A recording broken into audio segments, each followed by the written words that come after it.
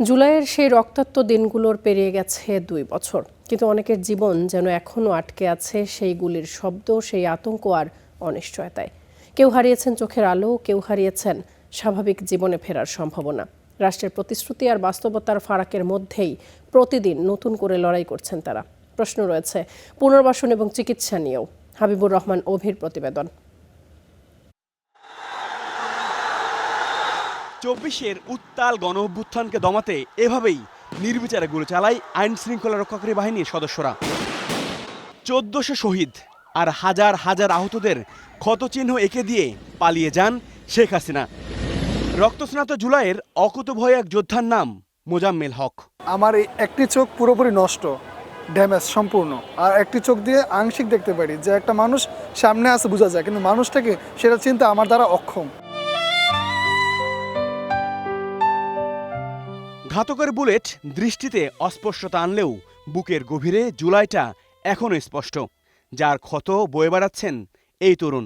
কারণ আমার চোখটা এতটাই ড্যামেজ, চশমা পড়লো চোখ দিয়ে অটোমেটিকলি পানি পড়ে চোখের প্রেসারে। আর এই পড়াশোনাটা আগাতে পারেনি এই গুলি লাগার পর থেকে। আমরা চাইছি নতুন একটা দেশ গড়বো, যে দেশের মধ্যে মানুষের ভিতরে অবৈধ কাজ কারবার আর থাকবো না। আর সেই দেশের মধ্যে এখন অবৈধ না, আমাদের জীবনেরই কোনো গ্যারান্টি হচ্ছে না। প্রতি মাসে অন্তত দুবার তার আসতে হয় রাজধানীর জাতীয় চক্ষু হাসপাতালে। চিকিৎসকরা বলছেন মোজাম্মেল তার এক চোখের আলো আর কখনোই ফিরে পাবে না। চোখের ভিতরে রক্তক্ষরণ হয়েছে, রেটিনাটা ছিঁড়ে গেছে। 18ই জুলাই আমার সেদিন বৃহস্পতিবার, আমার কাছে সত্যি মনে হচ্ছিল যে নরকের দরজাটা খুলে গেছে। অনেক পিলেট এক একজনের চোখে। পিলেট যেগুলো আমরা স্যাম্পল ফরেন বডি বের করতে পেরেছি সেগুলো মেটালিক পিলেটই ছিল।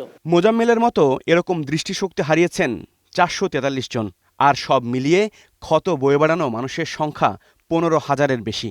আগে যে স্বপ্ন ছিল একটা ভালো অবস্থানে যাব, পুলিশে বা সেনাবাহিনীতে যাব, সেই অবস্থান তো আর বর্তমানে নাই। ফাউন্ডেশন তো বলছে যে ফাউন্ডেশনের কাছে ফান্ড নাই।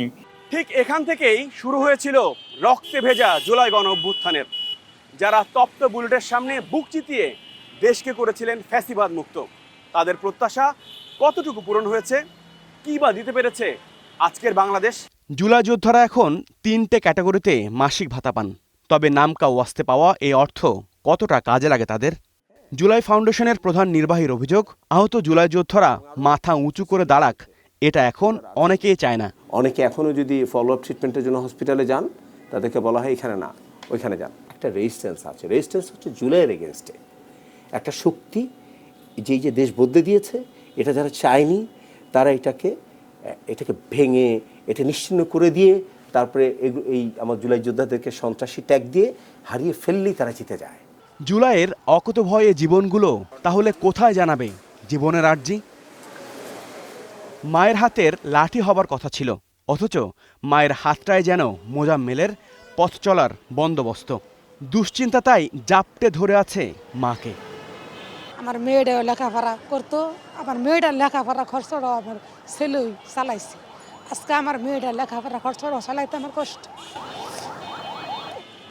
নতুন বন্দোবস্তে কোথাও কি আছে ইতিহাস বদলে দেয়া এসব যোদ্ধাদের নাম? নাকি এমন অসংখ্য মোজাম্মেল বাড়ি ফিরবেন শূন্য হাতে? হাবিবুর রহমান অফি, স্টার নিউজ, ঢাকা।